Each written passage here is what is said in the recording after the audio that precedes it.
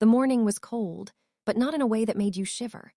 The kind of cold that sits heavy on your chest and presses against your skin, like the world holding its breath. The kettle hadn't whistled yet, but I already felt the quiet of the house stretch beyond the walls, into the empty spaces between the cracks in the floorboards. I rubbed my hands together, the rough edges of the skin catching the air as I stared out the window.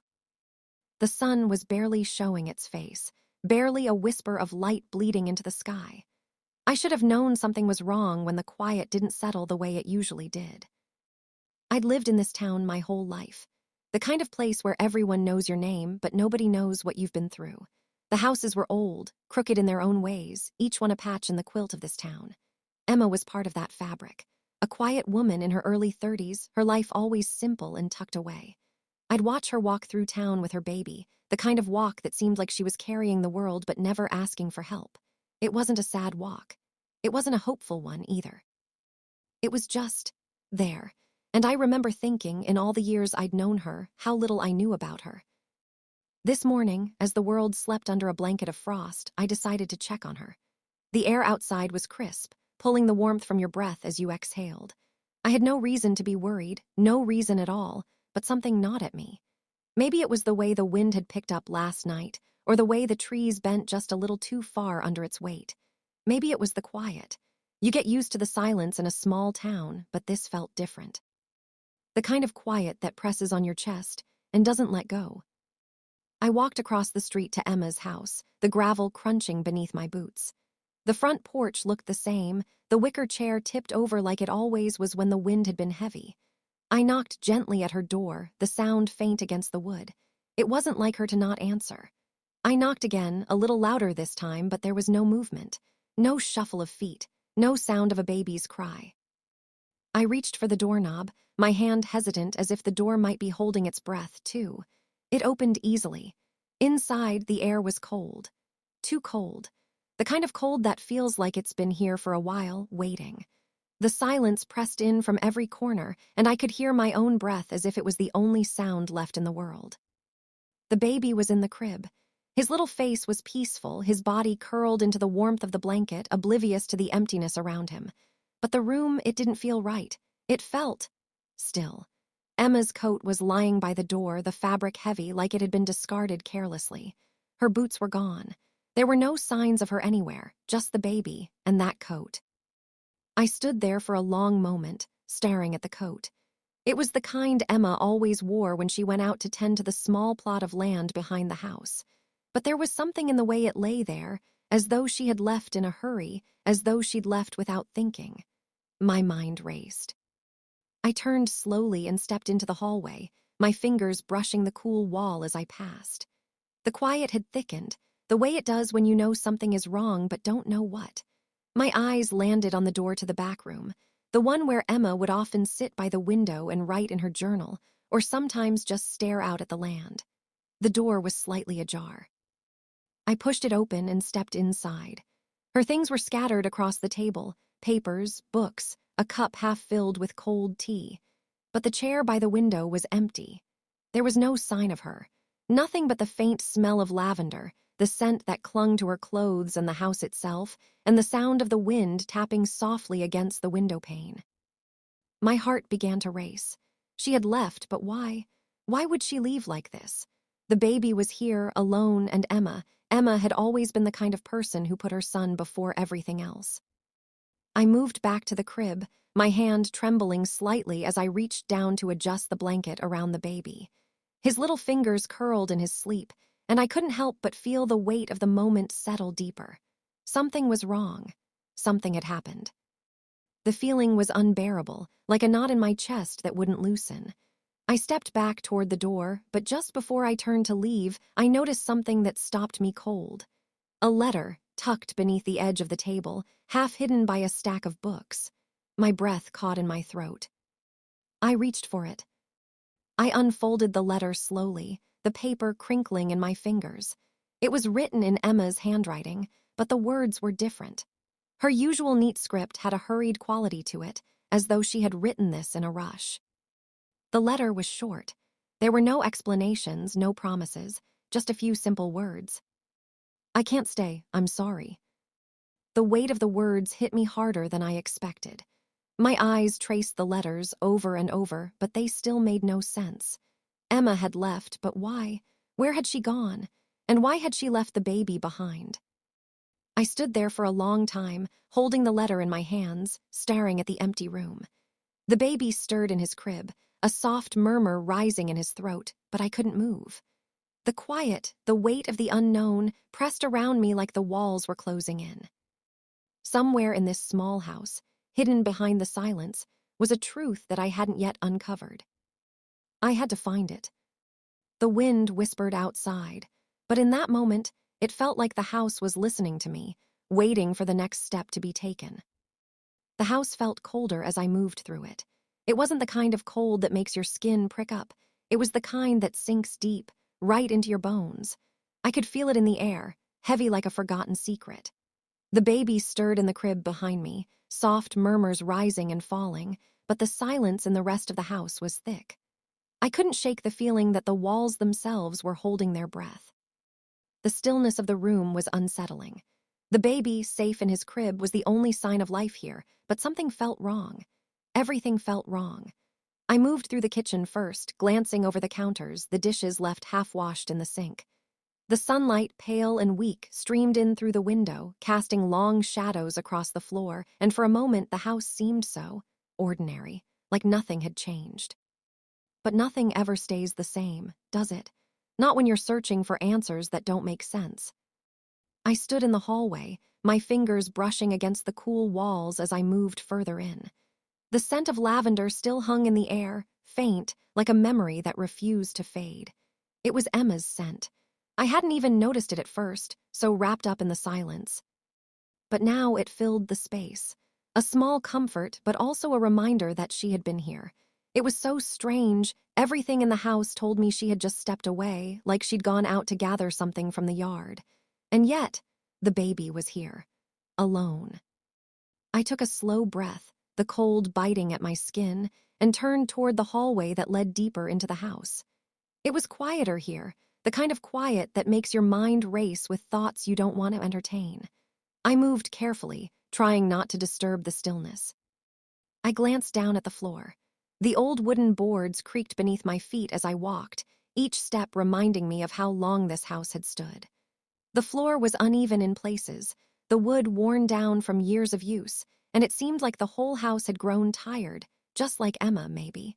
There, by the door to the back room, I stopped. Something caught my eye.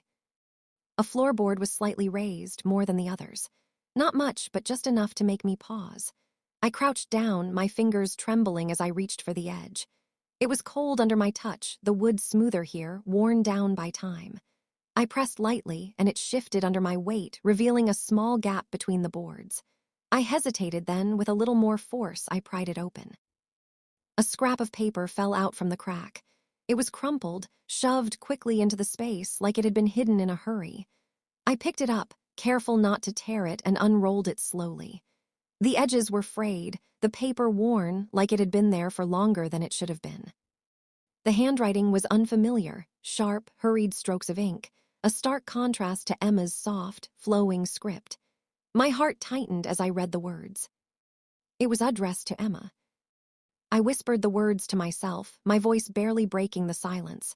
"I can't stay here anymore." The letter was short, written in a rush. I read it again, and then again, my fingers trembling as they traced the inked lines. There was no explanation, no clear reason for the words. Just a simple sentence, but it didn't feel simple. The letter said it all, but it said nothing, too. Who wrote this? Why didn't Emma mention anything about it? I felt the knot in my stomach tighten.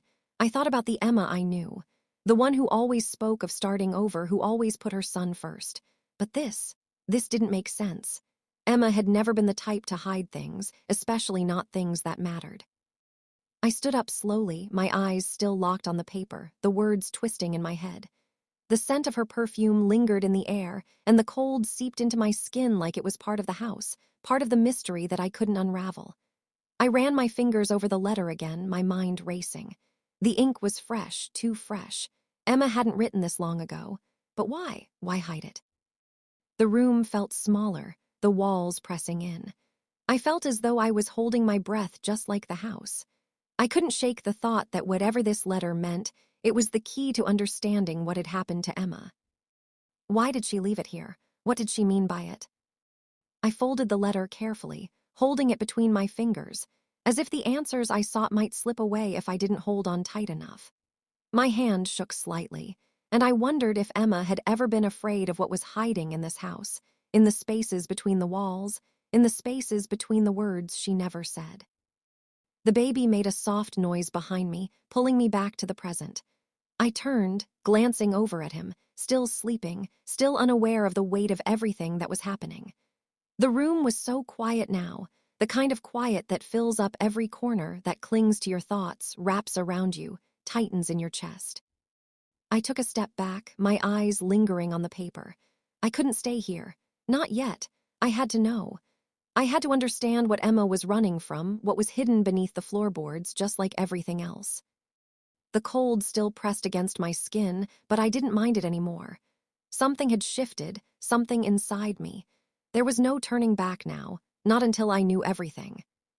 The cold floor felt like a beginning and an end at the same time, and I couldn't shake the feeling that I was standing in the middle of it all, waiting for the next piece to fall into place. The air smelled different out here, sharp, like rain was coming, though the sky was still pale. I stepped into the field, my boots sinking into the soft earth beneath me. The tall grass whispered against my legs, the sound of it soft but persistent. Each step felt heavier than the last, as if the ground itself was holding me back. The wind stirred the grass in slow waves, and I could feel it moving through me, like it was searching for something, too. I called Emma's name, but the wind didn't carry it far. It was the only answer. I stood there for a moment, trying to remember why I had come out here in the first place. The house had felt too small, too heavy, with its empty spaces and unanswered questions. So I came to the one place Emma always spoke of, the one place she seemed to find peace, the field behind her house. The place where she liked to walk when the world felt too much. She told me about it once, years ago, with a kind of quiet reverence in her voice, as though the land itself held her secrets. But today it didn't feel peaceful. It didn't feel like a place of solace. Today it felt like something else, something forgotten, something waiting. I walked deeper, my feet crunching softly against the earth. The tall grass bent underfoot, but the wind was growing stronger, making it harder to see ahead. The clouds in the sky had thickened, heavy and dark. The faintest flicker of lightning caught my eye in the distance. I called her name again, a little louder this time, but it only echoed back to me, lost in the wide, empty space of the field. The silence was unnerving. It wasn't the kind of quiet that comforts you, like when you're alone at night, wrapped up in your own thoughts. This was different. It felt thick, like it was pressing down on me, pushing against my chest. My heart started to race. I kept walking, my eyes scanning the horizon, the sea of grass stretching out in front of me. I needed to find her. I didn't know why, but something inside me told me that Emma was out here somewhere, waiting for me to find her. Then, as if the land itself was answering me, something caught my eye. Emma's boots. They were half buried in the grass, the leather worn and cracked, the soles scuffed from countless walks. My breath caught in my throat. I stepped closer, my mind racing, trying to make sense of it. Why were her boots here? Why had she left them behind? The thought made no sense. Emma would never just leave her boots out in the field. She was too careful for that. I bent down, my fingers brushing the tops of the boots, the cold leather strange beneath my touch. They were exactly where she would have left them, near the edge of the field, where the tall grass began to give way to the overgrown thicket of trees. But there was no sign of her. No footprints leading away. No indication that she'd been here at all. I stood there for a long moment, just staring at the boots. The wind stirred the grass again, and I heard the sound of it, like whispers, like voices, but no matter how hard I listened, I couldn't make out any words. Only the low hum of the world, a distant rumble of thunder in the distance. My heart raced, but I couldn't move. I needed to understand. I needed to know why Emma had left her shoes behind, why she'd disappeared. The boots seemed to hold all the answers, and yet they gave nothing. I reached for them, my hands trembling slightly as I picked them up, holding them in my hands. The weight of them felt strange, lighter than I expected, as though they were part of a memory I was meant to forget. I turned them over in my hands, inspecting every crease, every scuff. They were worn, well-loved, but nothing out of the ordinary. And yet, everything about them felt wrong. She wouldn't leave these behind. She wouldn't just walk away from them, not without a reason. I held the boots in my hands for a few more seconds before setting them gently back down. The grass moved around them, the wind lifting the edges of the leather as if trying to carry them away. I couldn't shake the feeling that something had been left unsaid here, something important, and I needed to know what it was. As I stepped back, I glanced around the field one last time. The dark clouds overhead were moving closer now, the storm almost upon me. I felt the first drop of rain on my cheek, cold and sharp, as though the sky itself was crying. I called her name again, quieter this time, as though the field might listen. The wind carried my voice away, and I knew in that moment that I was alone out here. The boots were the only sign left of her. But why did Emma leave them behind? I stood there for a while, the rain starting to fall harder, the world growing quieter with every passing second. The wind whispered around me, but it said nothing. The ground was soft beneath my feet, the mud sucking at my boots with each step. The rain had picked up, thick drops that fell in steady sheets, making the world blur around me. The tall grass had finally given way to wet earth, and the air smelled like damp leaves, like something buried deep in the ground. My breath formed small clouds in the air as I kept moving through the field, the storm pushing against me, forcing me forward. The wind howled in my ears, and I called Emma's name again, but this time there was no answer. Only the heavy silence, like everything was holding its breath. The hours had dragged on, and the more I searched, the heavier the air became. I couldn't shake the feeling that I was walking in circles, retracing steps I'd already taken, but the land felt different now.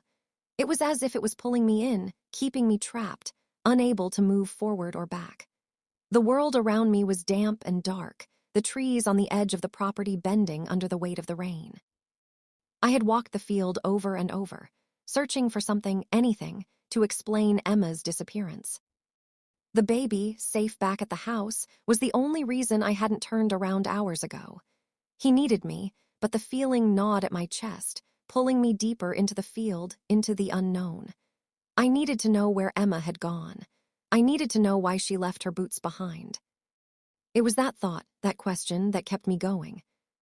The sky above was a canvas of dark clouds, swirling and heavy, but in the midst of it, something caught my eye. A faint mark in the mud, barely noticeable at first, but it was there. A small trail leading off toward the corner of the property, hidden beneath the dense brush and trees. I knelt down, my fingers brushing the wet earth, feeling the texture of it beneath my fingertips. The trail was faint, almost lost in the landscape, but it was there. Tiny footprints. The mud clung to the edges of them, shaping the outline of what could have been Emma's shoes. My heart skipped a beat. I hadn't seen tracks like these before. They were small, delicate, like they had been left in a hurry. I stood up slowly, my breath catching in my throat. My eyes scanned the ground ahead of me, the prints leading toward a small, secluded corner of the property. It was a place I hadn't noticed before, a section of the field I'd never walked to, hidden behind a thick row of trees. I followed the trail, my boots sinking into the mud with each step, the wet earth clinging to me, slowing me down. The wind whipped at my face, and the branches of the trees above me groaned under the storm's weight. The prints seemed to grow fainter the closer I got, as though the earth itself was trying to swallow them up, erasing any trace of where Emma had gone. But I kept moving forward. As I reached the corner of the field, I saw it, an old barn, tucked away behind the trees, half hidden by overgrown vines and brambles. The door was cracked open, and the sound of it creaking in the wind made my stomach twist. The air felt thicker here, as if the barn itself was holding its breath. I could feel it in my chest, that tight, uncomfortable sensation that tells you something isn't right. I hesitated, my feet rooted to the ground, my eyes locked on the door. I wasn't sure why, but something told me I shouldn't go inside. Something told me that the barn held answers I wasn't ready for. But I couldn't stop myself. I stepped closer, the mud squelching beneath my boots, the smell of wet wood filling my nose. My heart was racing, but I reached out for the door anyway. It opened with a low groan, the hinges protesting as the door swung wide. The dark interior of the barn stretched out before me, shadows spilling across the floor like ink spreading in water. I took a slow breath, my body tense with unease, but I stepped inside. The first thing I noticed was the silence. It was the kind of silence that wraps around you, suffocates you, makes your thoughts feel too loud. The barn smelled like old hay and dust, the air thick with the remnants of things long forgotten. There were old farming tools scattered around, some rusted, others broken. Nothing out of the ordinary. But then I saw the chair. It was an old wooden chair, sitting alone in the middle of the barn. The wood was worn and cracked, the seat slightly tilted as though someone had left it there hastily. I stopped in my tracks. There was no sign of Emma, no footprints leading inside, no other trace that she had been here. But that chair, it was like an invitation, like it was waiting for me to sit in it, to understand something I didn't yet see. I stood there, staring at it, my breath shallow. The weight of the stillness pressed down on me, and I couldn't shake the feeling that this place, this barn, had been waiting for me, waiting for something to happen. I walked slowly toward the chair, my boots sinking deeper into the damp earth beneath me. I reached out, my fingers brushing against the back of the chair, and for a moment I almost expected it to move, to shift under my touch. But it didn't. The chair remained still, unyielding, a symbol of something I couldn't quite grasp. I stood there for what felt like an eternity, the rain hammering against the roof of the barn, the wind howling outside. But inside, there was only silence. Only the cold, empty space of the barn and the chair, sitting untouched. I couldn't stay here any longer. The sense of wrongness was too strong. I turned and walked back toward the door, the faintest whisper of something in my ear, something I couldn't make out. The prints in the mud had led me here, but they hadn't given me any answers. Emma had been here, but where had she gone? I stepped out of the barn and into the rain, the world feeling just a little more empty than it had before. The rain continued to fall, the mud clinging to my boots, but I couldn't stop the question from swirling in my mind. Could Emma have been here? The barn creaked around me, the wind outside pressing against the wooden walls like a memory trying to break free. I took a slow step forward, the worn planks beneath my boots groaning under the weight of my uncertainty. The air inside was thick with dust, each breath a sharp reminder of the years this place had stood empty. But then, something caught my eye, a quilt, draped neatly across an old wooden table in the corner. The pattern was unmistakable. It was the same one Emma always used when she made blankets for her son. The rich, swirling colors of the fabric seemed out of place here, in the dim light, as though the quilt didn't belong in this forgotten space. I stood frozen for a moment, my heart skipping. It was a simple thing, a quilt, but it held so much more. Emma had made them by hand, with that quiet focus she always had when she created something for him. She never talked much about it, but I could see the love in the way her hands moved over the fabric. I remember watching her once, sitting by the fire with her needle, stitching a new quilt for her son. The way she smiled at the finished pieces, so satisfied with the small things. It felt like she had poured everything into those quilts. Warmth, comfort, love. But standing here now, in this abandoned barn, it felt different. The quilt, spread out like a piece of her, was no longer a sign of love. It felt like something hidden, something buried. I moved closer, the floorboards squeaking beneath me, and gently lifted the quilt. The weight of it surprised me, and as I did, something fell from beneath the fabric, landing with a soft thud on the floor. I looked down. A small compartment had been revealed beneath the table, its edge barely noticeable, like it was meant to stay hidden. I felt a shiver crawl up my spine as I crouched down, my fingers trembling slightly. The quilt lay forgotten beside me, the threadbare edges catching the faint light that filtered through the cracks in the barn walls. I pried open the compartment, the wood groaning as it gave way, revealing a small box tucked inside. The box was unremarkable, wooden, worn, the lid scratched from years of being hidden. My pulse quickened as I lifted it, the weight of it in my hands oddly heavy, like it contained more than just memories. I sat back on my heels, the box resting in my lap as I slowly lifted the lid. Inside, the dim light revealed old photographs, their edges curling with age, the faces faded but still discernible. There were a dozen or so photos, some of Emma, others of a man I didn't recognize. The images were scattered as though they had been shoved into the box quickly, without care. My fingers hovered over them before I picked one up. It was a photograph of Emma, younger, her hair pulled back into a loose braid. She looked carefree, laughing with a man I had never seen before. His face was gentle, his eyes kind, but there was something about him, something that made my stomach tighten. I turned the photograph over, the back covered in inked writing that had faded over time. I could barely make out the words. "For Emma, with all my love, Jay." I blinked, my mind struggling to catch up. Jay? Who was Jay? Emma had never mentioned anyone like him, not once in all the years I'd known her. There had been no stories of a man in her past, no whispers of a love lost. So who was he? Why had she kept these pictures, hidden away beneath the floorboards, away from the world? I gently placed the photograph down and picked up another one. This one was older still. The man was younger, too, his face less worn, but the look in his eyes, it was different. There was a heaviness to it, a sadness that I didn't see in the first photo.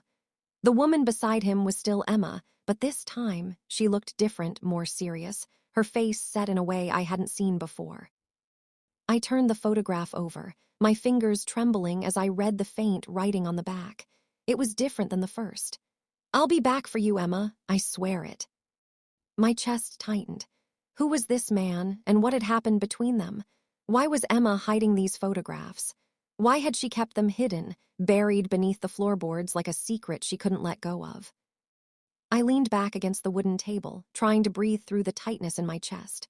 My mind raced, trying to piece together what I was seeing. Emma had never talked about a man like this, not in the way the photographs implied. She had never said anything about someone who had left, someone who had promised to return.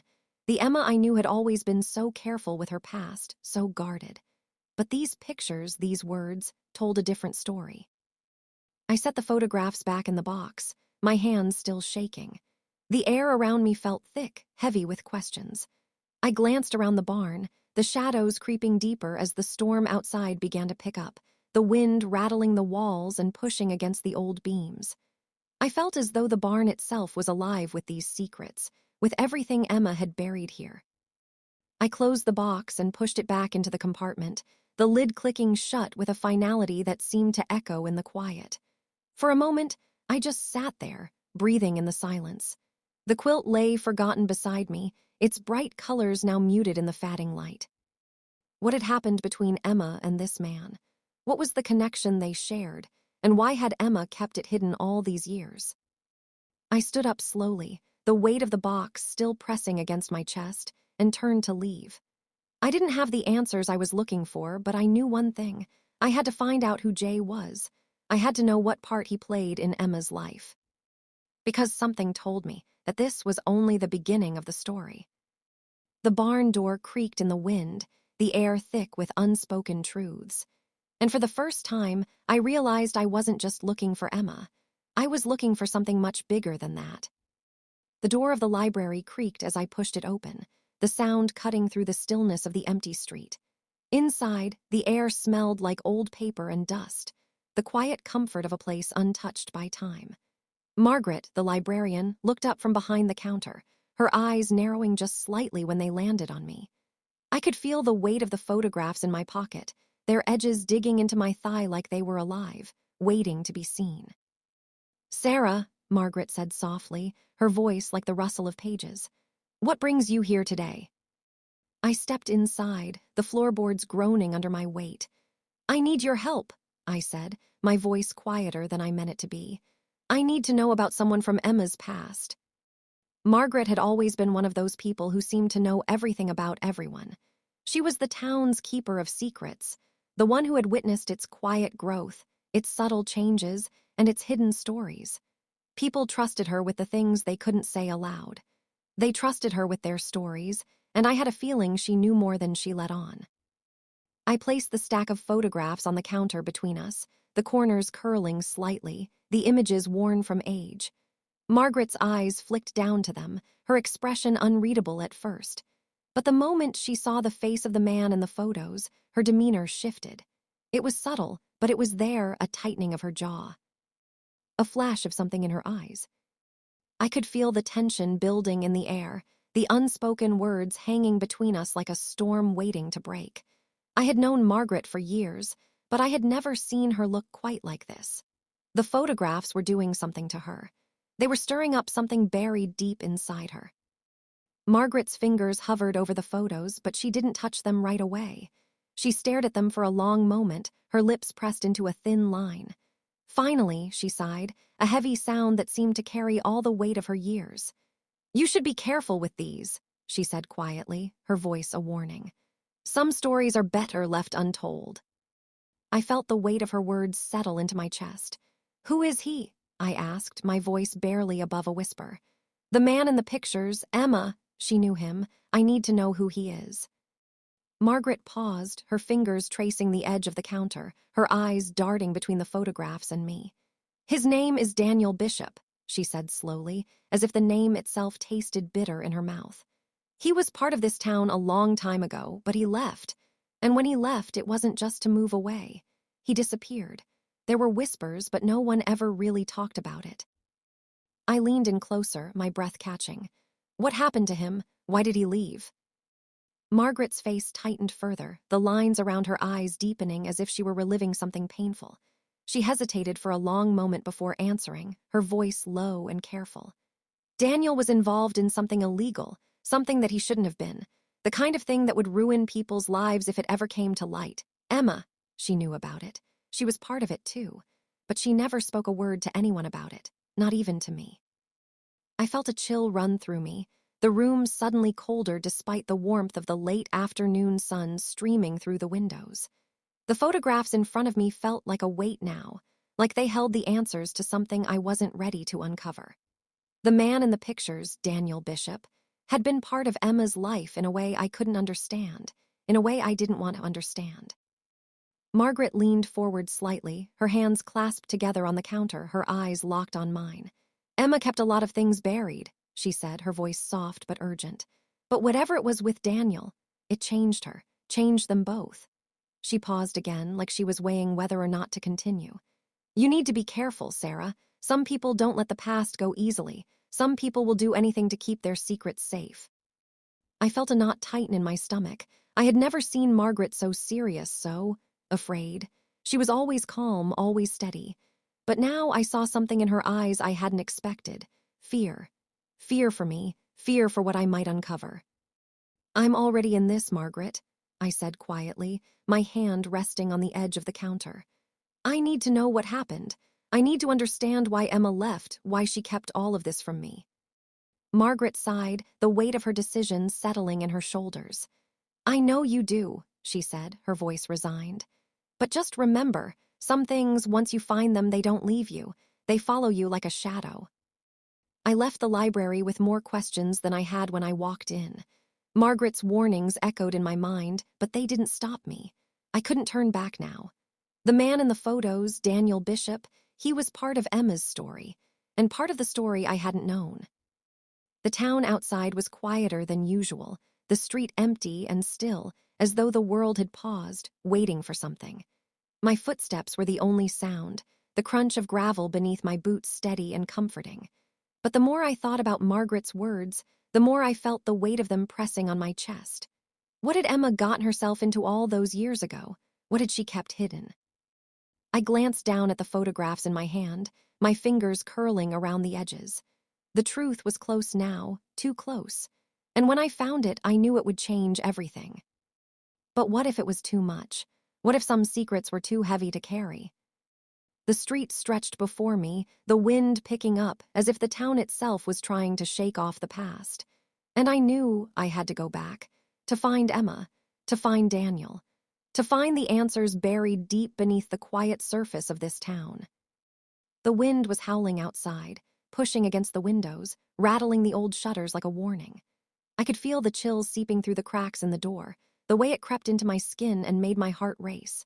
The town was silent, quieter than usual, as if it too was holding its breath. I stood in front of Emma's house again, the weight of the past pressing against me, the same feeling of being watched creeping up my spine. The front porch light flickered overhead, casting strange shadows across the yard. The door was slightly ajar. I had spent the last few days piecing together fragments of Emma's life. Old neighbors, familiar faces, every conversation felt like I was opening a door to something deeper. But with every answer, the silence grew thicker. People knew her, of course. They knew about her son, about her quiet way of living. But when I asked about her life before the town, the story changed. It was as if her past had been erased, like no one wanted to talk about it. Every neighbor seemed to shut down when I asked too many questions, offering vague smiles and murmured excuses. It was clear to me now, Emma had been hiding something. She had kept her past buried so deeply that no one, not even the people who knew her best, seemed to know the truth. But I was closer now. I could feel it. Every step I took seemed to uncover more of what Emma had left behind. And yet, as I stood in front of her house, I couldn't shake the feeling that something or someone was waiting for me, watching me. I stepped inside without thinking, the door creaking on its hinges as I pushed it open. The air inside was colder than usual, and the house felt wrong. The familiar scent of lavender that had always lingered in the air was gone. Now, the space was thick with the smell of dust and something else I couldn't place, something heavier. My shoes clicked softly against the wooden floor as I moved through the darkened hallway. The wind outside moaned through the cracks in the walls, sending a shiver down my spine. The house seemed alive with the sounds of the storm, the creaks and groans of the old structure settling under the weight of the wind. But there was something more, something I couldn't name, a sense of unease, a feeling of being not alone. I called out for Emma, though I knew she wouldn't answer. The silence pressed in around me, thick and suffocating, and I took another step forward, moving toward the staircase at the end of the hall. But then, just as I reached the foot of the stairs, I heard it, a faint noise, a soft sound, barely a whisper but unmistakable, a creak like something heavy shifting upstairs. I froze, my breath caught in my throat.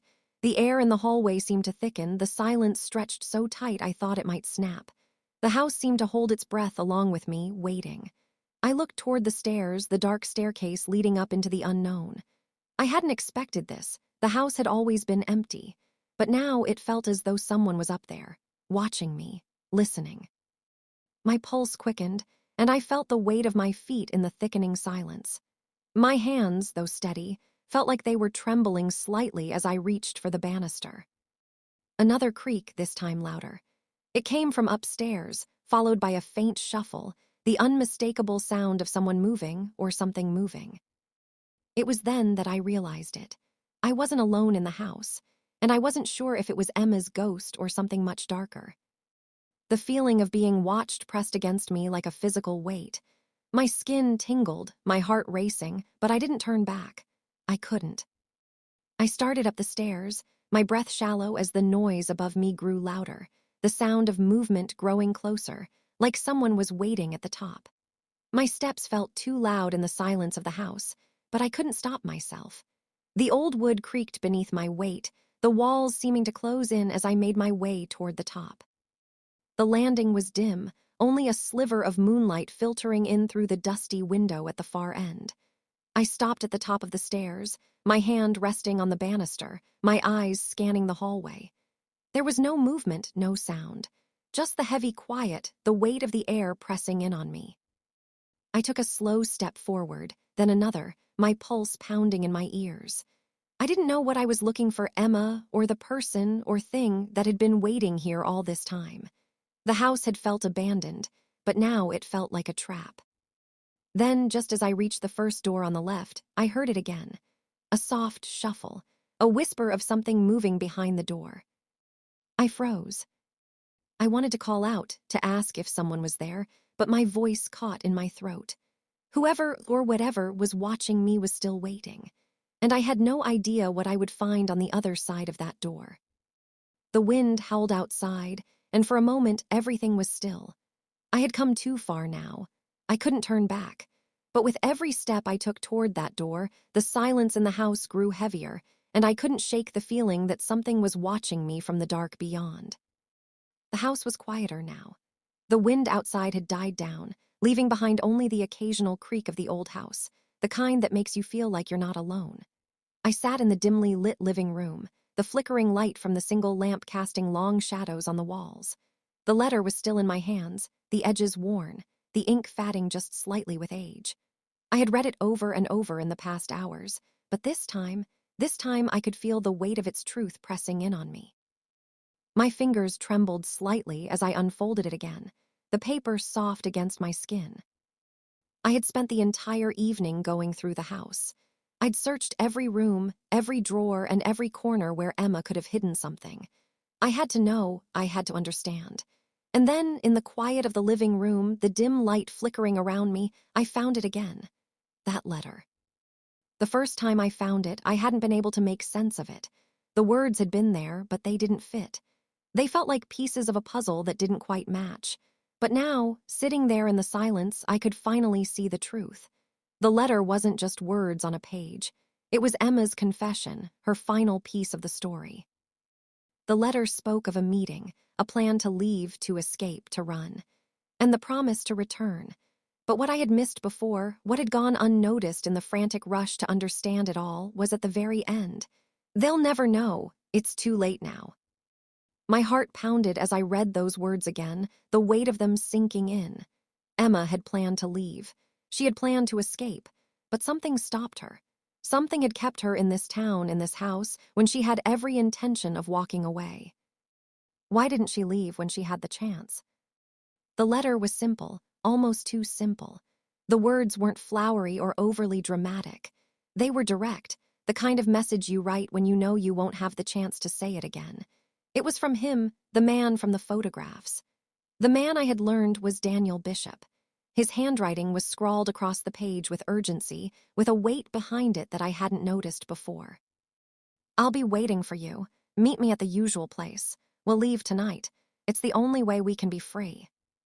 Don't tell anyone, not even Sarah. She won't understand. When it's over, when we're free, we'll come back. I'll be there. The words hit me like a fist to the stomach. Emma had trusted him enough to plan an escape.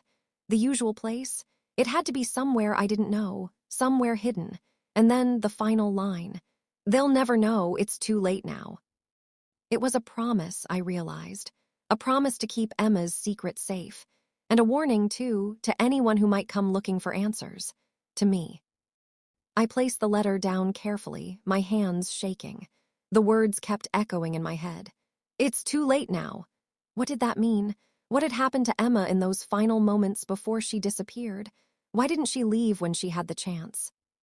I glanced around the room as if it might offer some clue. The furniture was arranged exactly as it had been when she was here. The photo frames on the wall, the empty mug on the coffee table, everything felt frozen in time, like she had just stepped out for a moment, but would come back any second. I had known Emma for years, but this was someone I didn't recognize. This was someone hiding from something, hiding from someone. I reached for the photograph again, the one of her and Daniel, their faces young and full of hope. They looked like they had shared something that no one else could understand. But what had happened to them? I thought about Margaret's words, "You need to be careful, Sarah." The past had a way of catching up with you, whether you were ready for it or not. And it was clear that Emma had been running from something she couldn't escape. She had wanted to leave, to start fresh, but someone had stopped her. The letter had been Emma's way of telling me, of giving me the truth in her own quiet way. But why had she waited? Why hadn't she told me everything? I stood up, the letter still in my hands, and walked over to the window. The night was dark now, the sky a deep, endless black. The storm had passed, leaving behind only the weight of its silence. I could still hear the wind in the trees outside, but there was something else, too, something in the quiet that felt off, like the world was waiting for something to happen. I couldn't stay in this house forever. I couldn't keep going in circles, searching for answers when the truth was staring me in the face. I needed to find Daniel. I needed to find Emma. And I needed to understand what had happened to her before it was too late for me, too. The letter slipped from my fingers, falling gently to the floor. I didn't know what came next, but I knew I couldn't stop now. Emma had planned to leave, but something had stopped her. And whatever that something was, it was waiting for me. I turned away from the window, the weight of the night pressing down on me. The questions were growing heavier, and I couldn't carry them alone anymore. I had to keep going. For Emma, for myself, for the truth. The town was asleep. The streets were still, the houses dark, their windows like black eyes staring out into the night. I walked through the silence, my steps muffled by the damp earth beneath my boots. The air felt heavy, thick with the scent of hay and earth, like the barn itself was holding its breath, waiting for something to happen. My heart beat steadily in my chest, the only sound in the quiet night. I had to go back. I had to. Because the answers were here, in this barn, in this place where everything started to make sense. And yet, still, I couldn't shake the feeling that the truth I was searching for might be more than I was prepared to handle. The barn loomed ahead of me, its silhouette dark against the darkened sky. The door creaked as I pushed it open, the familiar scent of old wood and hay filling the air, thick and musky. I had been here before during the day under the weight of daylight, but tonight was different. Tonight, the barn felt more like a secret, like something had shifted in the hours since I last stepped inside. I stepped cautiously, my boots crunching on the dirt floor. The darkness seemed deeper here, the shadows stretching long and heavy across the barn. I didn't need to see to know where I was going. My feet led me to the same place they always did, the corner by the old wooden table, the place where Emma's quilt had been draped the night I first found it. The table was bare now, but the air around it felt charged, like it still held the weight of everything Emma had left behind. But there was something else now, something new. I saw it immediately. Emma's coat, lying abandoned on the floor, its fabric worn and familiar. The dark wool seemed to absorb the dim light that filtered through the cracks in the barn, its presence somehow wrong in this empty space. My heart quickened as I knelt down, my fingers brushing the cold fabric. I hesitated for only a moment before lifting the coat. Beneath it, nestled in the dirt, was a small, silver locket. The chain was delicate, worn from years of use, the metal tarnished but still gleaming faintly in the low light. I picked it up carefully, my fingers trembling as I turned it over in my hands. I had seen this locket before. It had belonged to Emma. She'd worn it around her neck, never without it, as if it held something precious inside. But what was inside now? I pried the locket open, my breath shallow as I glanced inside. The first photograph was a faded one, Emma, younger, standing beside the same man whose face had haunted the photographs in the box. They looked happy, or at least, they looked like they shared a moment of peace. Emma's smile was soft, genuine, and the man, Daniel, looked at her with an intensity I hadn't seen before. But there was more. As I held the locket open, a second, smaller photograph fell out. This one was newer, crisp and clear. I couldn't stop the sharp intake of breath that caught in my throat as I saw it. It was a picture of the baby. My heart stopped, Emma's son. And beneath the baby's smiling face, there was something else, something that froze me in place. The man in the photograph, Daniel, was holding the baby in his arms. His face, once distant and mysterious, was now filled with tenderness. The baby's eyes were wide, innocent, unaware of the storm that had followed him. I stared at the photograph, my mind struggling to piece it all together. Daniel had been part of Emma's life, part of her past, but this was something else. He wasn't just a part of her history, he was part of her present and her future. But how had Daniel come to be so close to Emma's son? What had happened between them? And more importantly, why had Emma ever said anything? I sat back on my heels, the locket still in my hand, my mind racing. Emma had kept this hidden. This secret, tucked away beneath the floorboards, beneath her coat. She had never told me about Daniel's involvement with her son. She had never spoken a word of him, never explained what their connection had been, what had kept them so bound together. I felt the weight of the locket in my palm, the cool metal pressing against my skin. It was heavy with the knowledge of a secret Emma had never wanted me to know. But why? Why had she kept Daniel's place in their lives so hidden? What was so dangerous about him that she couldn't share it with anyone, not even me? The answer felt just out of reach, like a shadow I could see but couldn't touch. I wanted to leave, wanted to walk out of the barn and forget the questions gnawing at my insides. But I couldn't. I couldn't stop myself now. I had come too far. The pieces were falling into place, but I still couldn't see the full picture. I stood up slowly, my eyes still on the photograph of Daniel holding the baby. The barn felt colder now, the air thicker, like it was pressing in on me. The silence seemed to hold its breath, waiting for me to understand, to make sense of the tangled web Emma had left behind. I turned toward the door, the locket still clutched tightly in my hand. The barn door creaked as I pushed it open, the wind outside colder than it had been when I entered. I stepped into the night, the moon hanging low in the sky, casting a soft, pale light over the land. I looked down at the locket, my fingers tracing the edges of the photographs inside. Emma had hidden it all. But why? And what had happened between her and Daniel that had changed everything? I didn't know the answers yet, but I was getting closer. I walked away from the barn, the sound of my footsteps muffled by the wet ground. The weight of the locket in my pocket felt like the first real clue I had. And with each step, I felt the truth pulling me forward, closer to the answers Emma had buried. But the questions still lingered. What was Daniel's connection to Emma's son? And why had Emma kept him in the shadows? The night was quiet now, the wind soft against my skin, but in the distance, I could hear the faint sound of a door creaking, and I knew the answers were still out there, waiting for me to find them. The air inside the library was thick with dust, the shelves groaning under the weight of forgotten stories. I placed the photograph down on the counter with a soft thud, my fingers still trembling from the weight of the truth that had been pressing down on me for days. Margaret, standing behind the counter, didn't flinch at the photograph. Her eyes, however, darkened, and I could see the heaviness in her shoulders. She had known. She had always known. I watched her, waiting for the words I had been fearing. "What is this?" I asked, my voice quieter than I intended. Margaret's gaze shifted to the photo, her lips tightening. "You've uncovered more than I wanted you to." Margaret had always been the town's quiet keeper of memories, the one who had seen everything without saying a word. But this time, I could see it in her eyes. This time, the truth was too much for her to keep hidden. I had been chasing Emma's past for days, piecing together small, broken fragments. But now, as I stood before Margaret, I realized that I was finally about to hear what I had been searching for.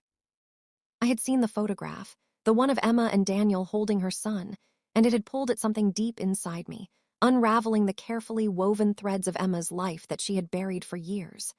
But the photo was just a glimpse. It was the beginning of a story I didn't fully understand yet. The man who had been part of her past, a man she had kept hidden from everyone, even from me. The truth I was about to hear was more than just about Emma's secrets. It was about the darkness that had followed her for years, the things she had been running from, the things she could never escape. Margaret stood still, her eyes not meeting mine. She took a long breath, as if weighing the burden of everything she had been keeping back. She finally looked up, her gaze soft but pained. "Sarah," she began, her voice low and heavy, "there's a lot about Emma you do know. A lot that's been buried for years." I waited, the quiet stretching between us. The library felt even quieter now, as though the walls were closing in around me. I didn't want to hear what was coming, but I knew I had no choice. "She was never truly free of him," Margaret continued, her voice shaking slightly. "Daniel, he wasn't just a man from her past. He was part of something darker, something illegal. And Emma, she was running from it all, from him, from the choices she made, from everything she tried to escape." I felt my chest tighten as the weight of her words settled in. "What do you mean by running?" I asked, the words barely escaping my lips. Margaret hesitated, her fingers gripping the edge of the counter as she leaned forward. "She thought she could outrun it, Sarah. She thought that if she left that life behind, if she came here, everything would be different. But the past, it doesn't let go that easily." I could feel the tension in the air, a palpable heaviness as Margaret finally spoke the truth I had been circling. Emma had been running from something, someone. She had tried to start over here in this quiet town, but the past had always been one step behind her. Margaret paused, her face tightening, and for a moment I thought she might not say it. She might leave it all unsaid, as if I could simply go on with the questions unanswered. But then, in a soft whisper, she finally spoke. "Emma was planning to leave," Margaret admitted, her voice breaking slightly. She had finally made up her mind. She was going to take her son and disappear, leave everything behind. But the day she was supposed to go, she didn't. She couldn't. I felt a lump form in my throat. Why? I whispered, the question hanging in the air. Why didn't she leave when she had the chance? Margaret's eyes grew distant, as though she were reliving something painful. She came back to town that night, she said, her voice strained. She didn't tell me, but I knew something was wrong. She thought she could escape, but the past had caught up with her. It wasn't just Daniel, Sarah. It was everything she had done, everything she had tried to forget. She couldn't run anymore. I felt the truth settle in, heavy as a stone in my chest. Emma had tried to leave. She had been planning to escape, but the weight of her past, of the things she had done, had stopped her. And then, somewhere in the shadows of this town, it had caught up with her. The room felt colder now, the air thick with the weight of everything I had just learned. Margaret had told me more than I had ever expected to hear, but it still didn't feel like enough. Emma had been running from Daniel, from her past, and the cost had been everything she'd tried to build. It hadn't been enough. Nothing had been enough to keep the darkness from finding her. I turned away, the photograph of Emma and Daniel still fresh in my mind. The man who had once been part of her life, part of the life she had hidden from everyone, including me, and her son, the baby who had been caught in the middle of it all. I took a deep breath, my fingers gripping the edge of the counter as I stared at the photo in my hand. I had the answers now, but they didn't feel like answers. They felt like more questions, more pieces to a puzzle I was afraid to finish. "Thank you, Margaret," I said quietly, my voice thick with the weight of everything I had just learned. Margaret didn't respond, just gave me a sad nod. "Be careful, Sarah," she said softly. "Some things are better left buried." But I couldn't stop now.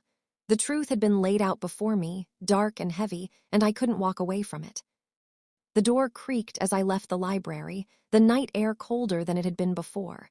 Emma had been running, and I knew now that I was too, chasing her story, chasing the pieces of a past I couldn't leave behind. The past was never really gone. It was just waiting to catch up with us. The sky had cleared by the time I reached the field, the dark clouds giving way to soft light that bled across the horizon like a brushstroke of color.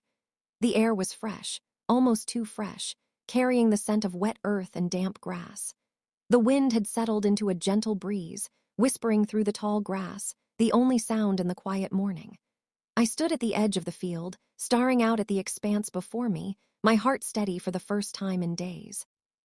I wasn't sure what I was searching for anymore. I wasn't sure I needed to search at all. This was the place where Emma had disappeared, the place where I had found the boots, the photographs, the secrets that had been buried for so long. I had walked this path countless times in the past weeks, each time searching for something, for some kind of answer. But now, as I stood in the heart of it all, something had shifted. The weight that had pressed against me for so long, the need to understand, to uncover the truth, had lifted. I had found the answers, or at least enough of them. Emma's past, her secrets, her love for her son, her need to escape, they all made sense now. She had never wanted to vanish completely. It wasn't about running away from everything. It was about finding a place where she could be free from the shadows of the life she had lived before. But the past had always followed her, always lingered just behind her. And in the end, it was that love for her son, for the life she had tried to build, that had kept her tied to this land. The footsteps she had left behind were gone, washed away by time and weather, but I knew where they led. I took my first step into the field, the tall grass bending beneath my boots as I walked the path Emma had taken that morning, the same path she had walked when she had disappeared. The land seemed to stretch on forever, but this time, it didn't feel endless. It felt like a place where stories could rest, where the ghosts of the past could finally lie still. I moved slowly, my feet light against the soft earth, the ground warm beneath me, but cool against the sides of my legs where the grass brushed my skin. The wind stirred the blades of grass around me, and I closed my eyes for a moment, letting the sound of it fill my ears. I thought of Emma. Her life had been tangled in so many threads, the love for her son, the secrets she kept, the way she had carried that weight with her every day. But she had never intended to disappear. She had only wanted to find peace, to find a way to live in the present without the constant shadow of the past looming over her. The sky above me was vast now, the clouds fading into a soft blue, and for the first time I felt something I hadn't felt since I began this search: peace. It wasn't the peace I had imagined, not the closure I had hoped for. It wasn't about finding all the answers or making sense of everything. It was something quieter, something deeper. It was knowing that Emma's love for her son had kept her tied to this place, and that, despite everything, she had tried. She had tried to make a life here. She had tried to outrun the past, but the past had never let her go. I stopped walking, standing still for a moment, my eyes closed against the soft breeze. The quiet felt like a gift, like something Emma had left for me to find. It was as if, in the end, she had found a way to make peace with herself, even if it was only in the quiet corners of this field. She had never truly vanished. Not completely. She had been here in the earth, in the grass, in the land that had been both her refuge and her prison. I took one last deep breath, the air filling my lungs, fresh and cool against my skin. My feet were rooted in the earth, and I felt a connection to this place, to Emma, that I hadn't felt before. The questions that had plagued me for so long didn't matter as much anymore. The truth, the one that had been buried so deeply, was no longer something to search for. It was something to be at peace with. I closed my eyes again, letting the wind brush against my face, the sounds of the field filling the space around me. I whispered a quiet goodbye to Emma, to the secrets she had kept, to the life she had tried to build. And in that moment, I felt the weight of it all slip away. She had found peace here, even if it was just for a moment, even if it was just in the quiet of this field. I didn't need to know everything. I didn't need all the answers. What mattered now was that Emma had tried, and in the end, that was enough. I opened my eyes, took one last look at the field before me, and turned to walk back toward the town. The air felt lighter, the path clearer. And as I walked, I knew that Emma had, in her own way, found the peace she had been searching for. The sky above me was wide, and the wind whispered in the grass. The past was gone now, but the land, the love, and the memory of Emma remained, soft and gentle, like the last rays of the setting sun.